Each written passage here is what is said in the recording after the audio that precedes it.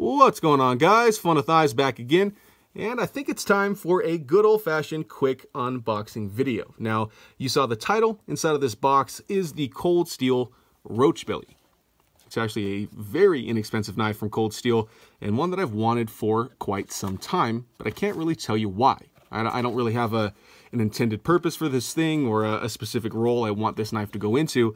I just thought it'd be fun to test out something in a very budget-friendly line from Cold Steel using that German 4116 steel that I am very unfamiliar with. So we'll kind of do some testing with it, see how it turns out, and of course I'll come back with a review. So we'll skip over all the specs, all the boring stuff. I'll just show you guys the knife, let you guys know I have it, and see if you guys have any thoughts on it as well. So inside of the box you get some paper and the knife itself. That is it. There's no spec sheets, there's no information, and honestly I'm surprised it came with a box.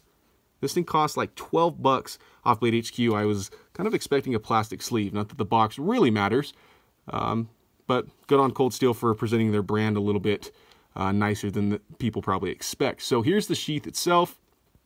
It kind of looks like a Mora sheath. It's kind of that molded plastic, super lightweight, I can already tell that, and that fold over clip that might work okay. We're gonna have to see. I don't want to give a whole bunch of input on a knife I haven't used yet, but the sheath does feel pretty minimal as far as cost goes. And of course it has to be, but on the sheath, it's Cold Steel there, and there is a drainage hole, which is nice.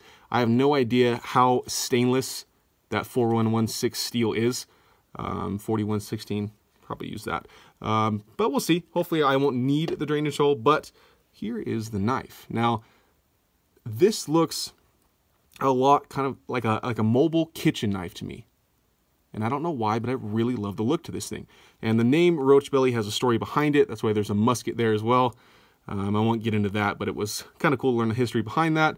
On this side you have Cold Steel, the steel type, and it is Taiwanese made. You can see satin finish on the blade, reflecting a ton of light back at you guys, and holding fingerprints extremely well. But I'm sure you have some sort of Criton thermoplastic handle here. It's got kind of a nice palm swell to it, kind of in a teardrop shape, and it does allow a full 4-finger grip.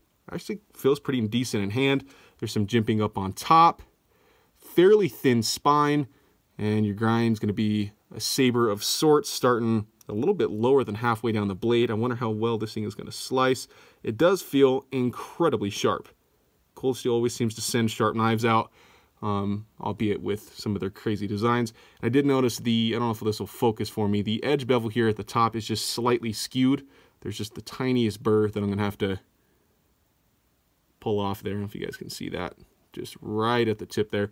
But a good looking knife, I think, and I think a lot of people will use this sort of knife as a backup knife. Maybe as a backup hiking blade or something to do food prep with for lunch, that kind of thing. And I'm sure some people carry it, but if you guys have any experience with the Roach Belly, I'd definitely like to know how you guys feel about it, how it's worked out for you, if that steel is just crap, or if it, performs way outside of its price range. We're gonna have to see. And honestly, I've been thinking about doing some sort of project with this knife, maybe altering the handle to add some more grip there. It's kind of got a slight bit of traction. This, I noticed, is kind of a hot spot for your thumb, just from holding it in hand. That's going to get you a little bit there. Might have to grind that down a little bit with the Dremel, but we'll see where it goes with this knife. I just want to let you guys know that I do have it. There's a review upcoming once I get some use on it, and it feels like it's been quite a long time since I've actually been at the tabletop doing knife videos, so I'm trying to get back into it. So thanks for watching, guys, as always, and remember, have fun with your knives.